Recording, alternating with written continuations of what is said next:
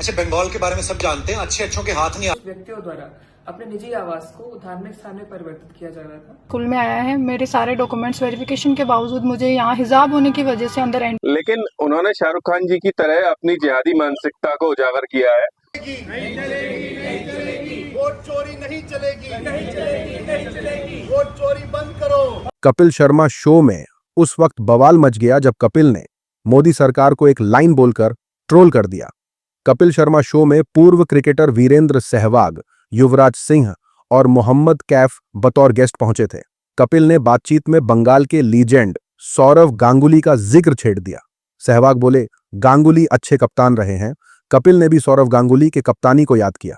फिर बोले, बंगाल के बारे में सब जानते हैं कि अच्छे अच्छों के हाथ नहीं आ रहा है बंगाल, आज भी नहीं आ रहा है। इतना सुनकर मोहम्मद कैफ और युवराज वीरेंद्र सहवाग का चेहरा देखने लगे।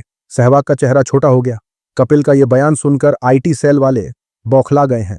अच्छा, बंगाल के बारे में सब जानते हैं, अच्छे अच्छों के हाथ नहीं आ रहा, बंगाल आज भी नहीं आ रहा। सोशल मीडिया पर चल रहा है कि कॉमेडियन कपिल शर्मा ने बिना नाम लिए पूरे बीजेपी को डिस्ट्रॉय कर दिया। सहवाग का चेहरा देखिए। साथ ही साथ लोगों ने कहा, पाजी ने तो बिना बैट उठाए ही छक्का मार दिया। सहवाग भाई सौरव गांगुली की कप्तानी की तारीफ कर रहे थे, लेकिन कपिल पाजी ने उस कप्तान की याद दिला दी जो दिल्ली से हर बार झोला उठाकर कोलकाता जाता है, लेकिन वापस खाली हाथ ही आता है। पाजी ने बिना नाम लिए समझा दिया कि बंगाल जीतना अखबारों में ऐड चला देने जितना आसान नहीं है। साथ ही साथ अपडेट निकलकर आई है बरेली से। बरेली के एक गांव में कुछ लोगों ने हनीफ के खाली मकान में नमाज अदा की। पुलिस ने 12 लोगों को गिरफ्तार किया। यह खबर फैली तो लोगों ने बरेली पुलिस से पूछा कि आपने किस कानून के तहत नमाज अदा करने वाले लोगों को गिरफ्तार किया। बरेली पुलिस ने इस पर स्टेटमेंट दिया कि ये लोग मकान को धार्मिक जगह में तब्दील कर रहे थे, इसलिए एक्शन लिया गया। यानी बरेली पुलिस के पास कोई ठोस जवाब नहीं था। इसके बाद जनता ने बरेली पुलिस को घेरना शुरू किया, जिसके नतीजे में पुलिस ने अपना बयान ही सोशल मीडिया प्लेटफॉर्म से डिलीट कर दिया। गोदी मीडिया से यह खबर गायब है। यह सूचना प्राप्त हुई कि कुछ व्यक्तियों द्वारा अपने निजी आवास को धार्मिक स्थान में परिवर्तित किया जा रहा था। संभावित विवाद के दृष्टिगत सभी संबंधित व्यक्तियों को पुलिस टीम द्वारा हिदायत दी गई कि इस प्रकार की पुनरावृत्ति न की जाए। सोशल मीडिया पर सांसद दानिश अली ने पूछा, हिंदुस्तान का कौन सा कानून कहता है कि घर के अंदर इबादत के लिए भी सरकार से परमिट लेना होगा? पहले मस्जिदों के बाहर पाबंदी और अब घरों के अंदर भी पहरा। आखिर चुपचाप की गई इबादत से सीएम योगी इतना डरते क्यों हैं? साथ ही साथ लोगों ने कहा, भाजपा के इस नए भारत में आपका स्वागत है, जहां एक समाज की इबादत को धीरे धीरे क्राइम बनाया जा रहा है और दूसरी तरफ एक तबके की धार्मिक यात्रा सड़कों पर होगी, मगर कोई कुछ नहीं कहेगा, उल्टा फूलों की बरसात की जाएगी। आजकल काफी लोग इनकम के जेन्युइन ऑप्शंस ढूंढ रहे हैं, इसीलिए मैं आपको इंट्रोड्यूस करवाना चाहूंगा मार्केट वुल्फ से, जो कि एक सेबी रजिस्टर्ड ट्रेडिंग ऐप है। और इसकी खास बात यह है कि ये अपने यूजर्स को रियल टाइम मार्केट ट्रेंड्स दिखाता है। अब यहां देखिए, ऐप पर लॉग इन करके फॉलो ट्रेंड ऑप्शन से प्रॉफिटेबल ट्रेंड्स आइडेंटिफाई किया जा सकता है। ट्रेड प्लेस होते ही ट्रेंड के हिसाब से मूव करता है। यहाँ छोटी सी अमाउंट से भी ट्रेडिंग शुरू कर सकते हैं और रिस्क कंट्रोल करने के लिए इसके अंदर में inbuilt stop loss feature available है, जिसे लॉस लिमिट किया जा सकता है। मार्केट मूवमेंट के हिसाब से यूजर्स ने 1300 प्लस तक का प्रॉफिट बुक करके दिखाया है। मार्केट वुल्फ आपको फ्री में रिकमेंडेशंस तक देता है। यहाँ लोगों ने अभी एक दिन में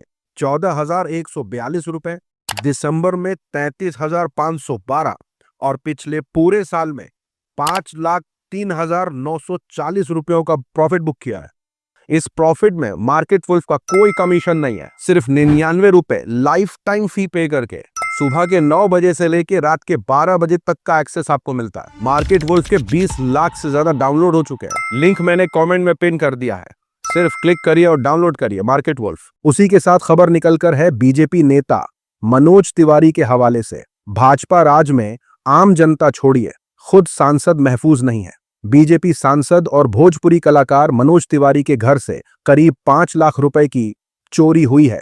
ये चोरी सांसद के मुंबई वाले सुंदरबन अपार्टमेंट में हुई है।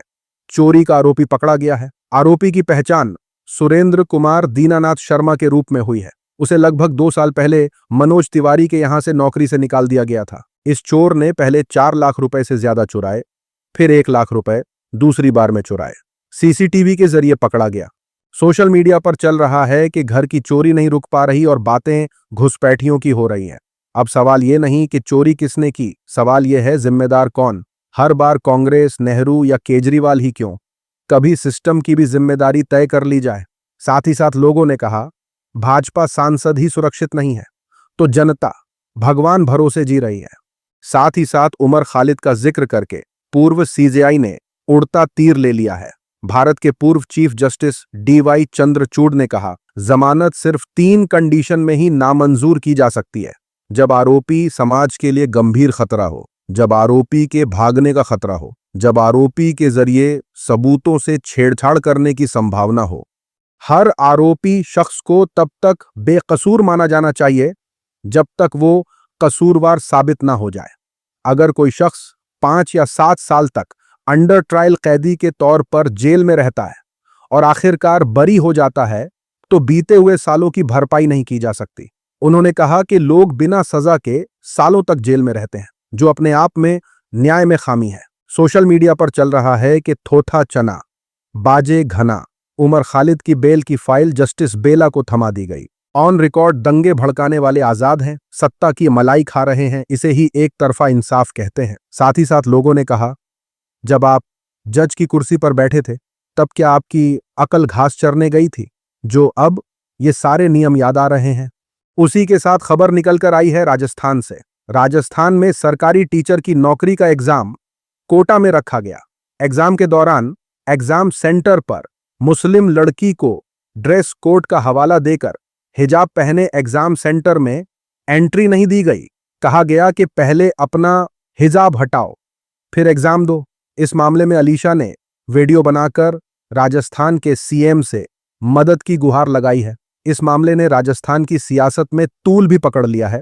इसे लेकर गोदी मीडिया में कोई चर्चा नहीं है। मेरे सारे डॉक्यूमेंट्स वेरिफिकेशन के बावजूद मुझे यहाँ हिजाब होने की वजह से अंदर एंट्री नहीं दे रहे हैं। सीएम राजस्थान से मेरी अपील है कि मेरी मदद करें।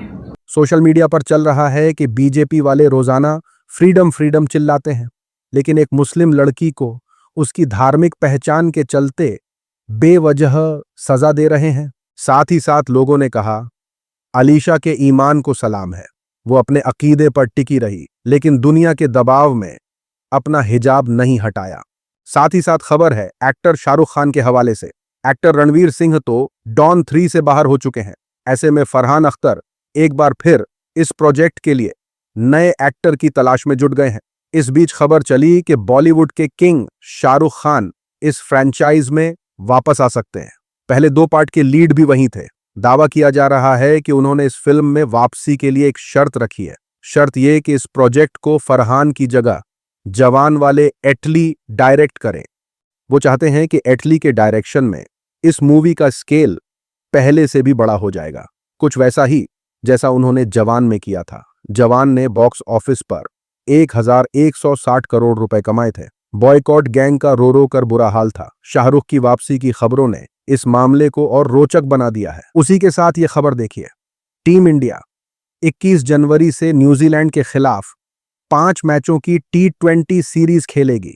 इस सीरीज के शुरू होने से पहले टीम इंडिया के स्टार क्रिकेटर रिंकू सिंह एक बड़ी मुसीबत में फंसते हुए नजर आ रहे हैं। रिंकू सिंह एक AI रील की वजह से मुश्किलों में फंस गए हैं। उनके खिलाफ शिकायत भी दर्ज की गई है। इस रील में वो अपनी कामयाबी का क्रेडिट भगवान को देते नजर आए। दरअसल उन्होंने जो रील शेयर की है उसमें भगवान हनुमान, भगवान विष्णु, भगवान शिव और भगवान गणेश को कार में काला चश्मा पहने दिखाया गया है। बीच बीच में उस रील में रिंकू सिंह को छक्के मारते हुए भी दिखाया गया है। इसी को लेकर करणी सेना ने रिंकू सिंह के खिलाफ लिखित में शिकायत दर्ज करवाई है। करणी सेना का कहना है कि इस रील को लेकर रिंकू सिंह के खिलाफ कार्रवाई होनी चाहिए। बोले रिंकू सिंह को सबके सामने माफी मांगनी चाहिए। और ये हरिगढ़ की करणी सेना कतई बर्दाश्त नहीं करेगी और सड़कों पर उतर के इसके खिलाफ कार्रवाई करेगी, रिंकू सिंह के खिलाफ, अगर प्रशासन हमारी बात नहीं सुनता है तो। सोशल मीडिया पर चल रहा है कि एक समय था जब करणी सेना को थोड़ी बहुत इज्जत मिलती थी। अब ये सारे गुंडे गाली खा रहे हैं। मोदी पतंग बनाकर हनुमान जी को उड़ा रहे थे तो ये सब खुश हो रहे थे, लेकिन रिंकू सिंह ने हनुमान जी को अपनी गाड़ी चलाते हुए दिखा दिया तो भावनाएं आहत हो गईं। साथ ही साथ लोगों ने कहा, सिलेक्टिव नाराजगी ही सबसे बड़ा पाखंड है। जब खुद की गलतियों पर चुप्पी और दूसरों पर शोर हो तो समझ आता है कि मुद्दा धर्म नहीं, सिर्फ पब्लिसिटी और राजनीति है। रिंकू सिंह को निशाना बनाना फजूल है। साथ ही साथ खबर है अहमदाबाद से। अहमदाबाद में मुस्लिम समाज के लोग प्रोटेस्ट कर रहे हैं। कागजों में ये मुसलमान मर चुके हैं और ये लोग उन मरे हुए मुसलमानों की आत्माएं हैं। अहमदाबाद के गुजरात में जिंदा मुसलमानों को वोटर लिस्ट से हटा दिया गया। इन सब ने SIR फॉर्म भरे। शुरुआती वोटर लिस्ट में नाम भी शामिल थे, लेकिन बाद में पूरी प्लानिंग के साथ फॉर्म 7 दाखिल करके इन सब को मरा हुआ बता दिया गया। बाकी लोग बोल रहे हैं कि इलेक्शन कमीशन से कोई उम्मीद मत रखिएगा।